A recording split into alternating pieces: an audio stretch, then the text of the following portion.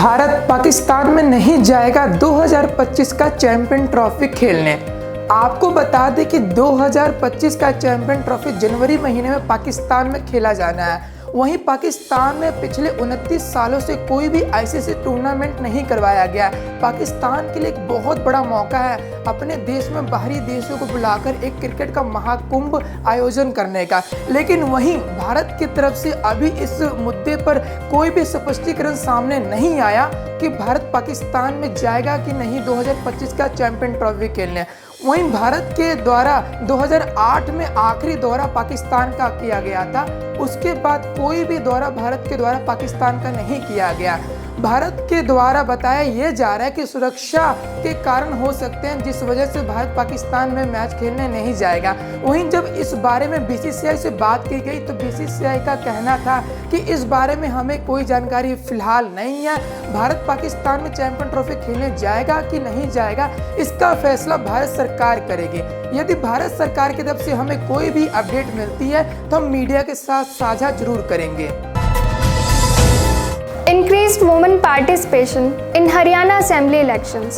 13 women legislators have been elected to Haryana Assembly, matching the highest count that was recorded before this in 2014 polls.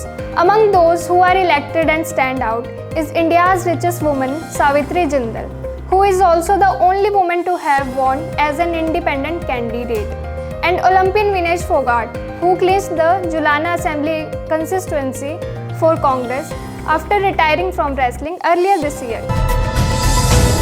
Haryana और जम्मू कश्मीर विधानसभा चुनावों के नतीजों में मतदाताओं ने स्पष्ट बहुमत वाली सरकारें बनाने का जनादेश दिया।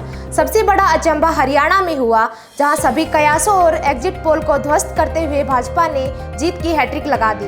विधानसभा में 90 में से 48 सीटें जीतकर पार्टी लगातार तीसरी बार राज्य में सरकार बनाने जा रही है। उधर जम्मू कश्मीर में नेशनल कॉन्फ्रेंस कांग्रेस गठबंधन को पूर्ण बहुमत मिला है। वहां की 90 सदस्यों वाली विधानसभा में दोनों पार्टियों ने कुल 48 सीटें जीतकर सरकार बनाने का हक हासिल कर लिया। अनुच्छेद 370 को हटाए जाने के बाद कुल 10 साल बाद हुए विधानसभा चुनावों में भाजपा ने 29 सीटें हासिल की, जो राज्य में अभी तक का सबसे श्रेष्ठतम प्रदर्शन है। बीजेपी ने 90 में से 48 सीटों पर शानदार जीत हासिल की है। बीजेपी की जीत के बाद अब नायब सिंह सैनी दूसरी बार हरियाणा के मुख्यमंत्री की शपथ लेंगे। सैनी 12 अक्टूबर को मुख्यमंत्री पद की शपथ ले सकते हैं, लेकिन अभी इसके बारे में आधिकारिक रूप से घोषणा नहीं की गई है। आज दोपहर 12 बजे धर्मेंद्र प्रधान के घर पर हरियाणा को लेकर बैठक होगी। कैबिनेट और शपथ ग्रहण करने की तारीख पर चर्चा संभव है और इसमें सरकार की आगे की रणनीति की चर्चा की जाएगी। पूर्व मंत्री अनिल विज का कहना है कि अगर पार्टी मुझे मुख्यमंत्री बनाएगी तो मैं इनकार नहीं करूंगा। दरअसल इस चुनाव में सरकार के कई मंत्री हार गए हैं। बीजेपी ने 11 ऐसे उम्मीदवारों को टिकट दिया था जो सरकार में बड़ी जिम्मेदारी संभाल रहे थे। उनमें से 9 उम्मीदवारों को हार का सामना करना पड़ा। ऐसे में इस बार बीजेपी सोच समझकर ही विधायकों को मंत्री बनाएगी। प्रयागराज के महाकुंभ मेले में इस बार 4 रिकॉर्ड बनाने की तैयारी, जिसमें पहले रिकॉर्ड में 1000 ई-रिक्शों की परेड निकलेगी, दूसरे रिकॉर्ड में एक साथ 15,000 लोग घाटों की सफाई करेंगे और तीसरे रिकॉर्ड में नदियों की सफाई होगी। और वहीं चौथे रिकॉर्ड में गंगा पंडाल में मेला क्षेत्र में 8 घंटे में 10,000 लोग हैंड प्रिंटिंग का रिकॉर्ड बनाएंगे, जिसे Guinness book of world record में रिकॉर्ड किया जाएगा। Bangladesh interim government appoints panel to review constitution. Bangladesh interim government has announced the formation of a 9-member commission to review and evaluate the country's constitution and recommend necessary reforms. Under the leadership of prominent Bangladeshi American professor Ali Riaz, the Constitution Reform Commission will submit its report to the government within 90 days, the state-run BSS news agency reported.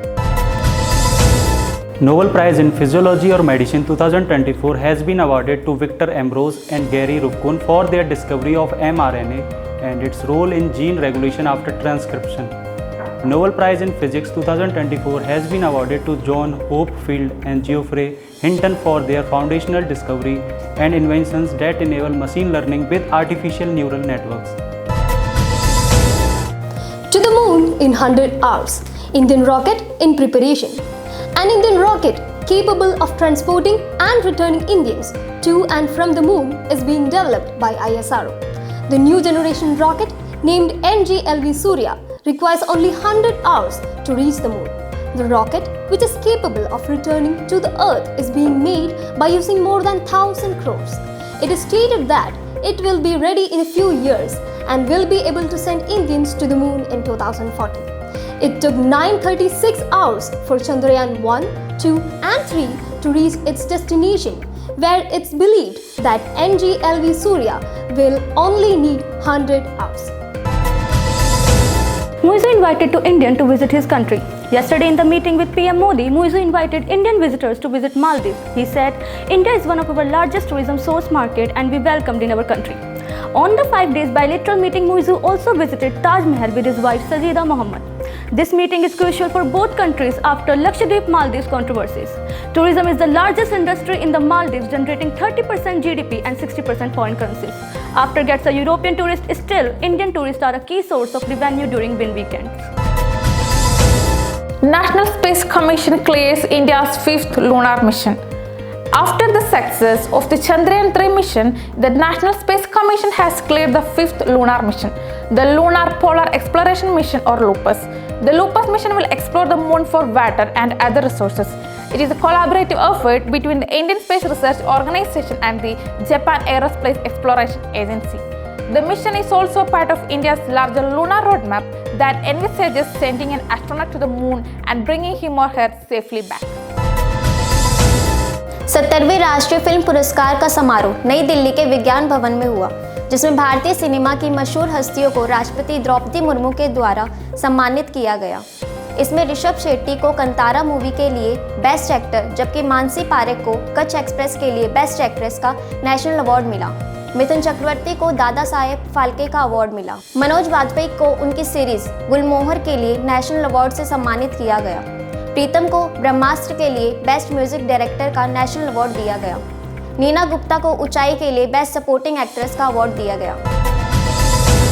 Pawan Malhotra on his second National Film Award. Pawan Malhotra, who received the honor of Best Supporting Actor for Haryana film Fauja at recently held ceremony of 70th National Film Award, is over the moon with the achievement. Talking about the honor, he said, "We don't make any film with the aim of winning a national award. When you get it, it's feeling validating." Pawan added, Bharat के राष्ट्रपति जब आपको सम्मानित करते हैं उसकी feeling ही अलग है। इसी बहाने लोग फौजा को नोटिस करेंगे और ज्यादा लोग इसे देखेंगे। उमर दूसरी बार संभालेंगे जम्मू कश्मीर की कमान। विधानसभा में परचम लहराने के बाद दूसरी बार उमर अब्दुल्ला जम्मू कश्मीर के मुख्यमंत्री बनने जा रहे हैं। वे 38 वर्ष की उम्र में पहली बार राज्य के मुख्यमंत्री बने थे और इस बार फिर जीत हासिल की है।